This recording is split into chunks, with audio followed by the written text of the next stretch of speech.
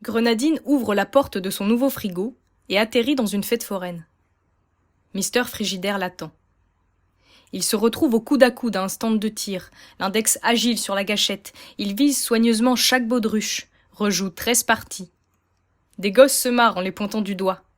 Un ballon éclate. « J'ai gagné !» pense Mister Frigidaire.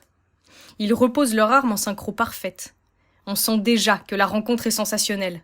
Grenadine ne sait pas pourquoi, mais il a la vive impression d'avoir déjà vu ce type ailleurs. Des cavaliers dans un canyon, et Grenadine broyait du sable avec la puissance de son esprit, et une armée de soldats blancs. Des fusils, beaucoup de fusils. Ensuite, une image de radeau qui vole et les bruits de la mer. Et Grenadine lévite sur un nuage de sable, et un soldat blanc s'oppose à lui en escaladant le mât du radeau. Et le soldat n'a d'abord pas de visage, et une balle se perd dans le vide de l'ovale qui lui sert de faciès. Et alors, ce sont les traits de Mister Frigidaire qui se distinguent. Grenadine se sent bizarre, mais trop content de voir enfin un rêve se concrétiser. C'est pour ça qu'il fallait qu'il se rende à la fête foraine.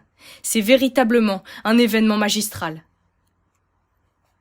Mister Frigidaire lui explique qu'il est actuellement sur un gros coup. Du genre, s'il rate, tout est fini. Tu sais, c'est comme le décollage d'une fusée. Ça peut mettre tout l'univers en péril. Grenadine ignorait qu'une fusée pouvait foutre en l'air le cosmos, mais puisque l'être humain a presque éteint la reproduction des requins, finalement, conclut-il, tout est un peu possible. Mister Frigidaire dit qu'il ne peut pas lui en dire trop, parce que les oreilles du monde traînent jusqu'au sol des cuisines, et qu'il faut savoir rester très prudent et très discret, au top de l'incognito. Mais c'est quand même super grave, une grande entreprise à élaborer. Grenadine opine tellement qu'il commence à avoir les cervicales qui grincent.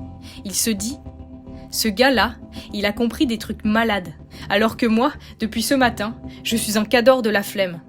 C'est vraiment fou, ouais.